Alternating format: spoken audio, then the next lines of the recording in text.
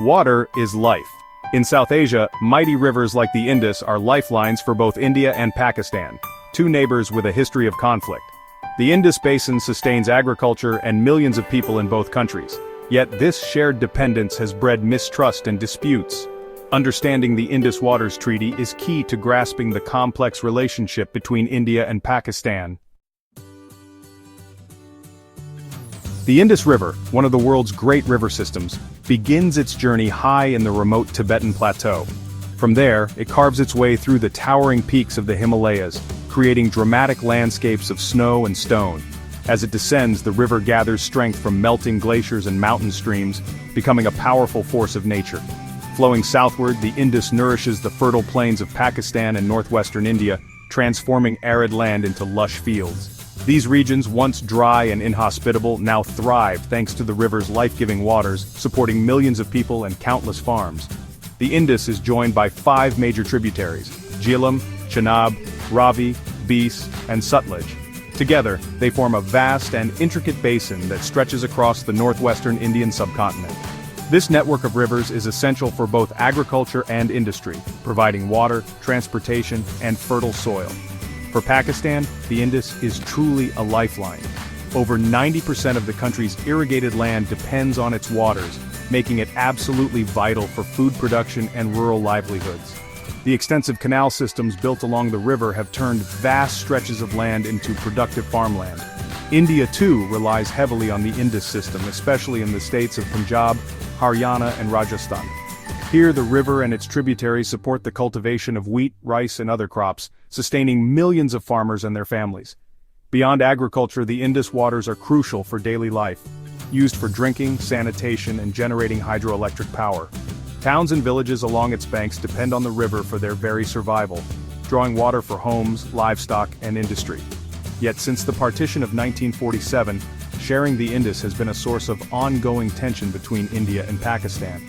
Disputes over water rights and usage have shaped the politics of the region, making the Indus not just a river, but a symbol of both cooperation and conflict.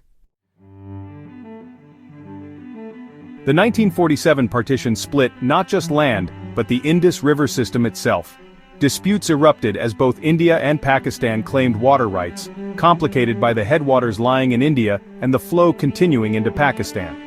A temporary agreement in 1948 failed to resolve the core issues. The World Bank stepped in to mediate, recognizing the risk of conflict. After years of negotiation, the Indus Waters Treaty was signed in 1960. This landmark agreement aimed to ensure fair water sharing and prevent future disputes. The Indus Waters Treaty set out a detailed plan for sharing the river system. India received full rights to the eastern rivers, Ravi, Beas, and Sutlej. Pakistan was granted the western rivers, Indus, Jhelum, and Chenab. India retained limited rights to the western rivers for domestic use, hydropower, and some irrigation. A permanent Indus Commission was established for ongoing dialogue and dispute resolution. The treaty was hailed as a diplomatic success, showing that cooperation was possible even amid deep mistrust. Yet the arrangement was always delicate. Despite the treaty, water sharing remains contentious. India's construction of dams and hydropower projects on the western rivers has sparked disputes, with Pakistan fearing treaty violations and reduced downstream flow. Climate change complicates matters further, as Himalayan glaciers feeding the Indus melt rapidly.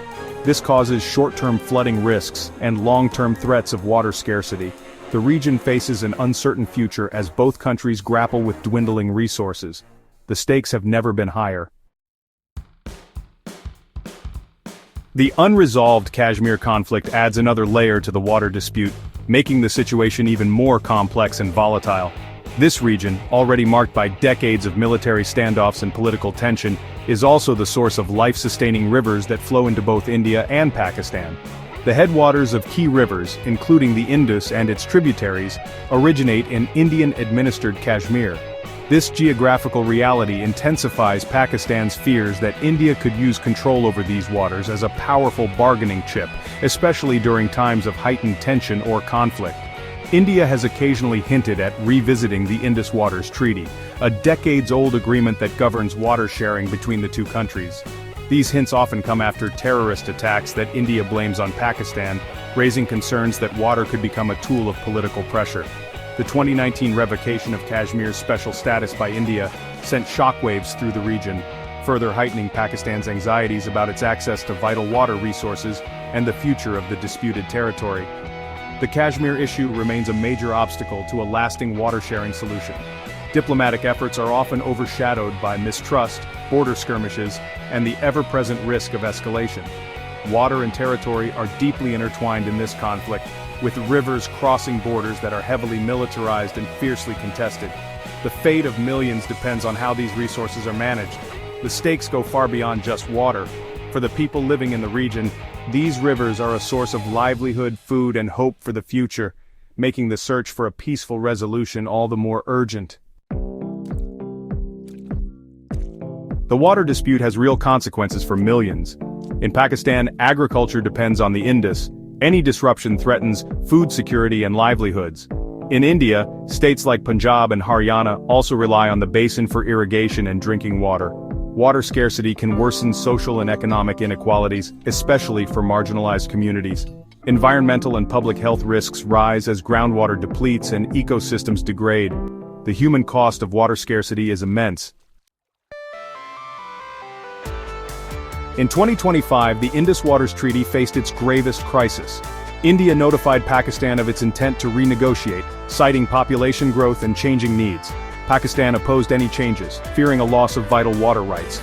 Tensions spiked after a terrorist attack in Kashmir, with India suspending the treaty and halting water flow to Pakistan. The unprecedented move triggered fears of a humanitarian crisis in Pakistan. Accusations flew, with Pakistan calling it water as a weapon, and appealing for international intervention. The region teetered on the brink. The suspension of the treaty plunged relations to a new low, raising fears of a water war. For decades, the Indus Waters Treaty stood as a rare symbol of cooperation between India and Pakistan, even as other disputes simmered. But now, with trust eroding and tensions rising, the river that once connected millions threatens to become a new fault line. The stakes have never been higher, as both nations depend on the Indus for drinking water, agriculture, and energy. The future of the Indus Waters Treaty, and the river itself, is uncertain. Climate change, population growth, and shifting political winds all add new layers of complexity. Droughts and floods are becoming more frequent, putting even greater pressure on this vital waterway. Two paths lie ahead: conflict or cooperation. Will the river become a source of division, fueling suspicion and hostility?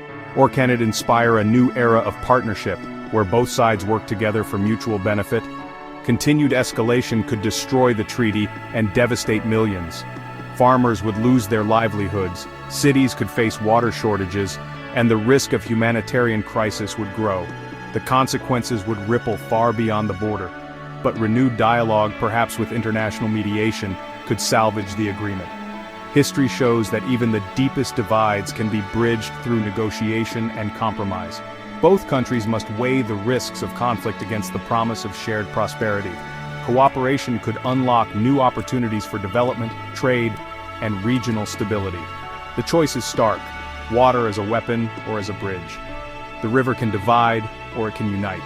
The well-being of millions hangs in the balance. Every decision made now will shape the lives of future generations. The world is watching, hoping for peace. The next chapter depends on the choices made today. Will leaders choose confrontation, or will they choose hope? The fate of the Indus and all who depend on it rests in their hands.